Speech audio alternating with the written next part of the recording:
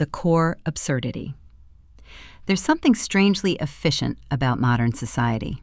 Everything comes with instructions. Terms are written out. Warnings are printed in bold. Buttons are labeled. Screens explain themselves. And yet, confusion has never been more common. People don't understand how products work. They don't understand policies they agreed to.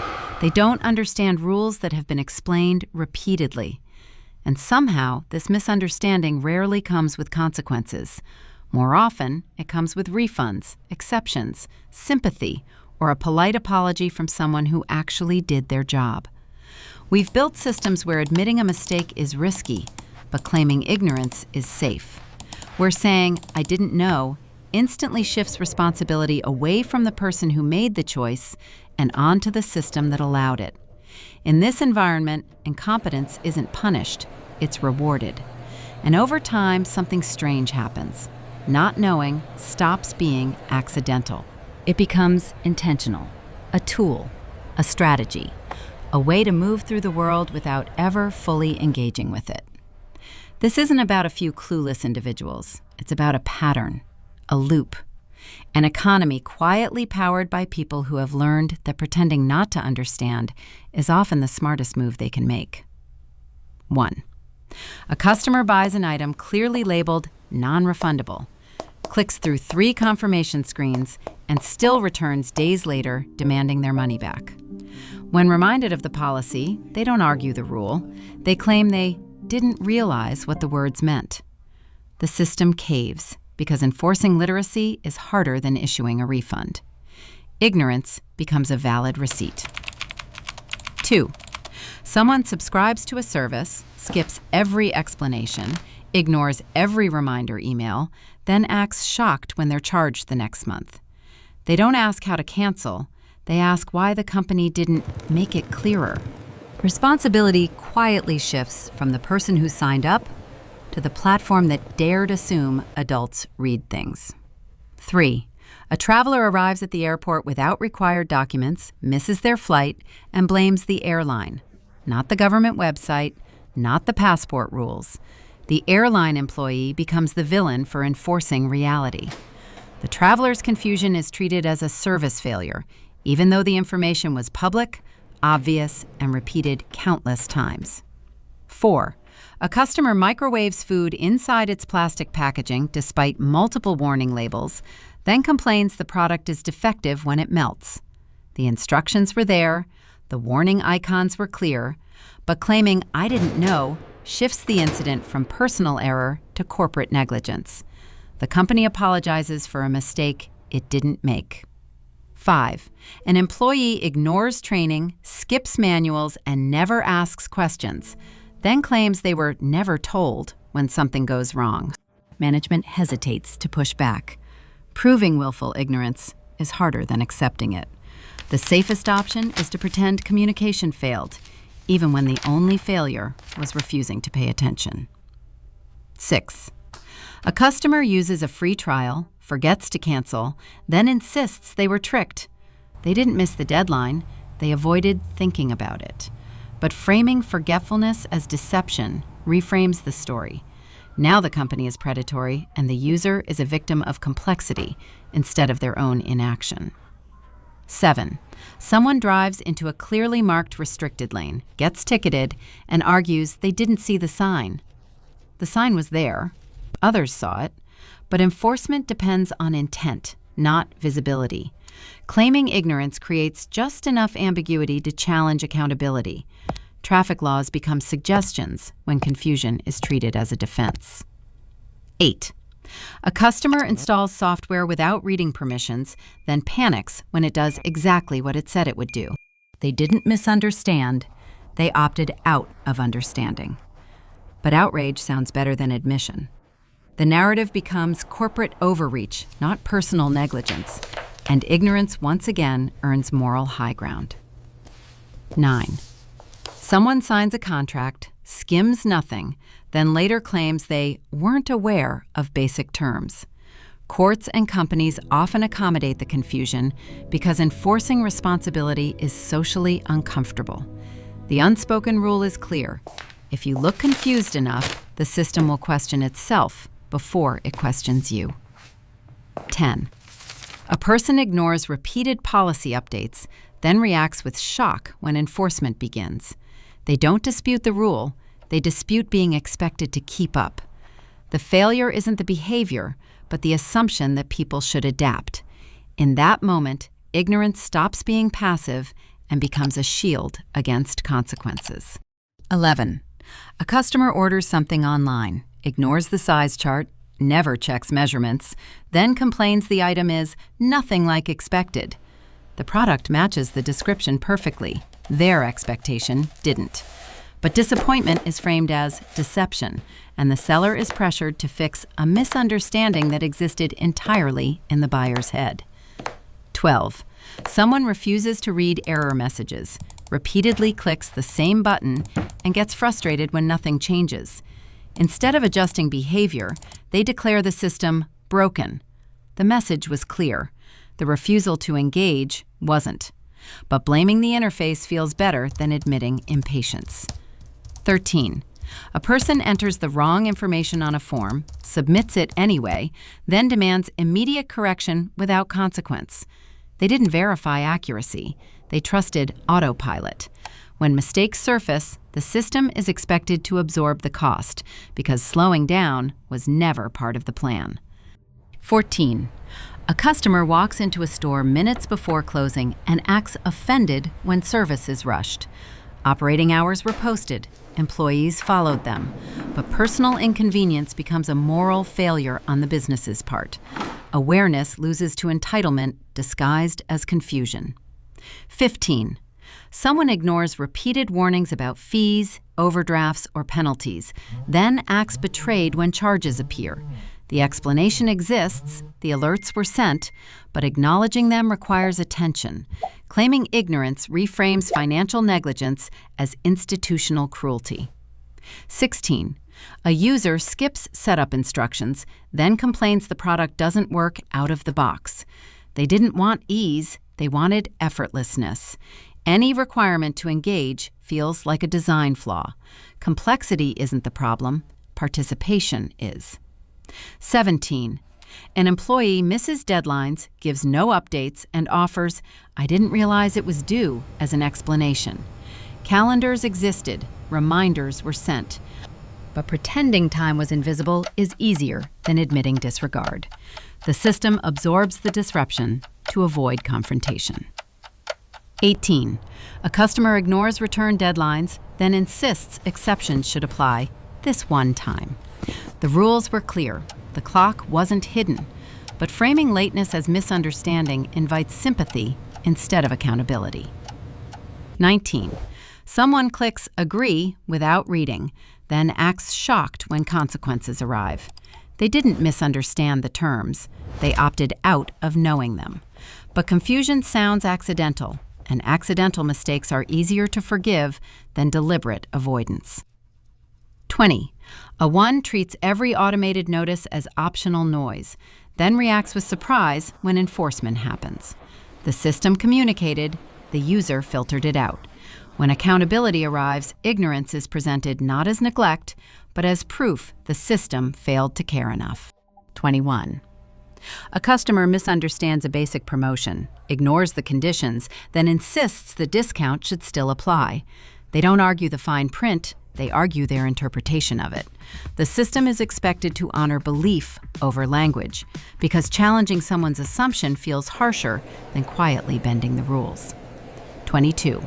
Someone fails to follow simple instructions, then claims the directions were confusing. Not because they were unclear, but because reading them required effort.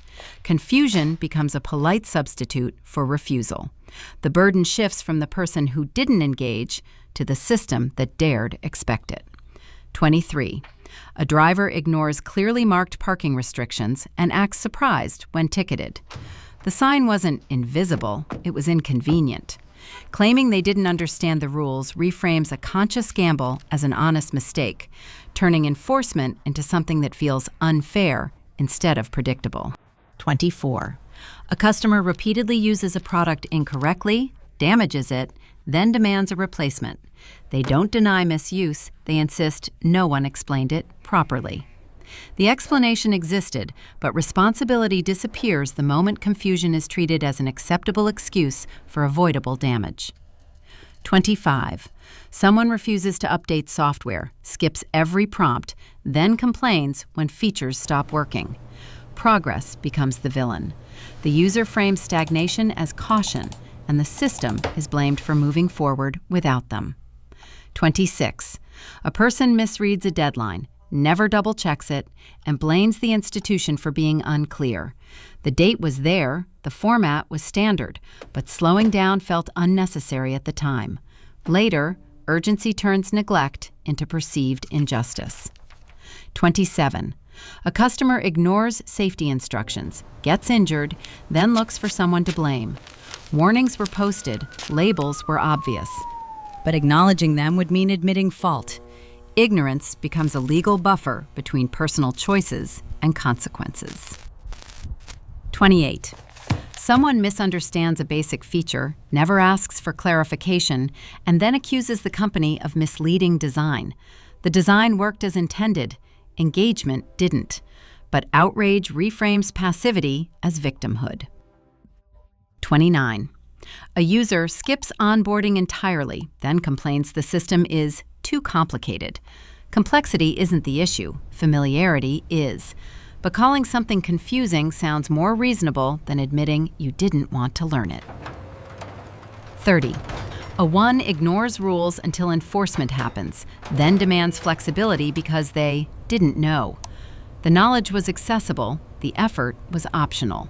When accountability arrives, ignorance becomes the final appeal against consequences that were always avoidable.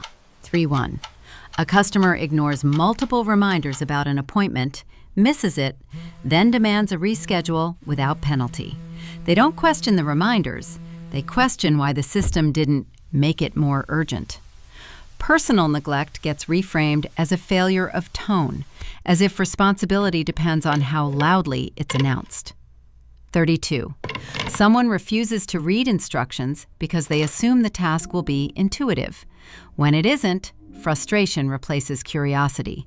The system is blamed for not accommodating assumptions that were never promised.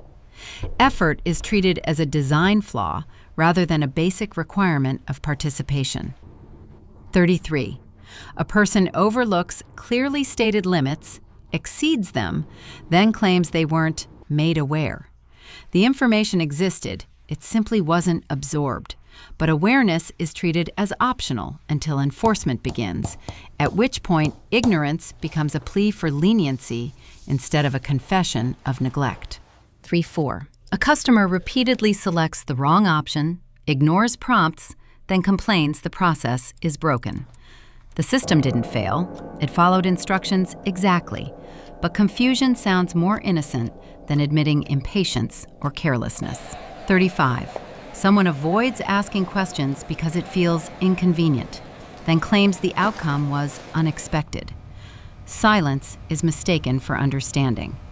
When results arrive, surprise replaces responsibility, and the system is accused of poor communication instead of respecting unspoken assumptions. 36. A user dismisses warnings as irrelevant, believing consequences apply to others. When those consequences appear, they insist no one told them. The warnings were there. The belief in personal exception was stronger. 37. A person treats policies as suggestions until enforcement begins. They don't deny the rule existed. They argue it shouldn't apply to them this time.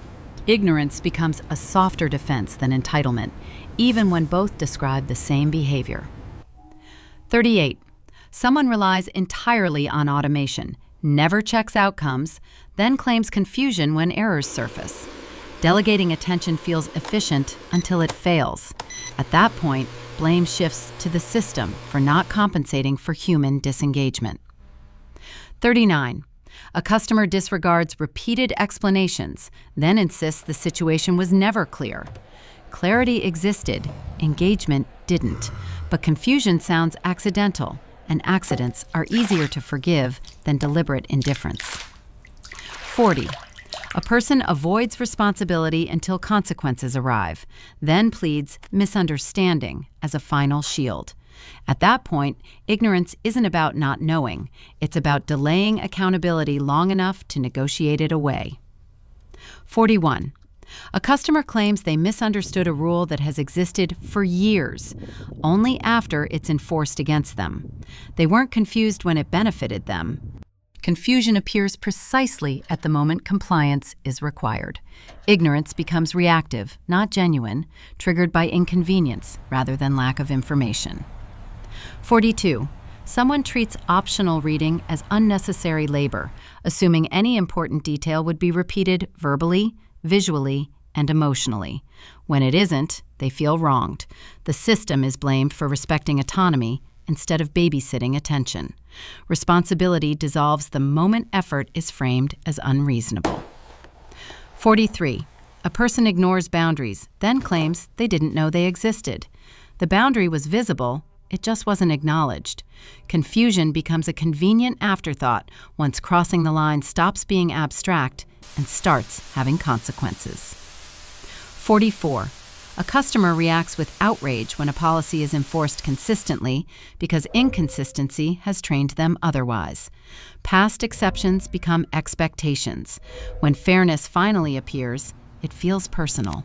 Ignorance is invoked not because the rule was unclear, but because it was ignored for too long. 45. Someone refuses to engage with complexity, then resents systems that require it. Any demand for understanding is treated as hostility. Confusion becomes a protest against effort, framed as a moral failing of institutions that expect adults to think before acting. 46. A person assumes someone else will catch their mistake. When no one does, they claim the system failed them. Shared responsibility quietly becomes shared invisibility. Ignorance thrives where accountability is diffused just enough to disappear. 47. A customer delays action until the last possible moment, then blames confusion for the urgency they created. Time wasn't unclear, priorities were. But misunderstanding sounds kinder than admitting procrastination with consequences. 48. Someone misinterprets flexibility as forgiveness. When leniency ends, they claim they didn't realize boundaries existed at all. Ignorance becomes nostalgia for a system that once looked the other way. A person avoids learning how something works because ignorance has never been punished before. The habit forms quietly. Over time, not knowing stops feeling risky. It starts feeling safe. Eventually, ignorance becomes expectation. Systems bend, rules soften, accountability fades, and what began as confusion hardens into a reliable strategy for navigating a world that no longer insists on understanding. The idiot economy loop. By now, a pattern should be hard to ignore. None of these moments exist in isolation. They repeat because they work.